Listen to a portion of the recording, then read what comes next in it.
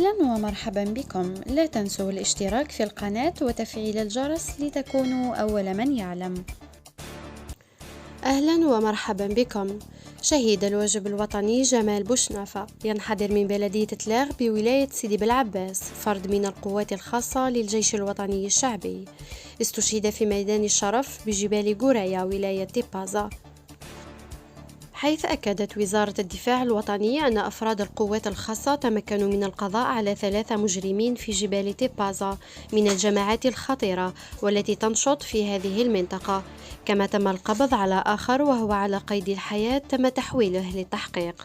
لا إله إلا الله حسين حبيب الله، لا إله إلا الله حسين حبيب الله، لا إله إلا الله حسين حبيب الله، لا إله إلا الله حسين حبيب الله، لا إله إلا الله حسين حبيب الله، لا إله إلا الله حسين حبيب الله، لا إله إلا الله حسين حبيب الله، محمد حبيب الله، لا إله إلا الله محمد حبيب الله، لا إله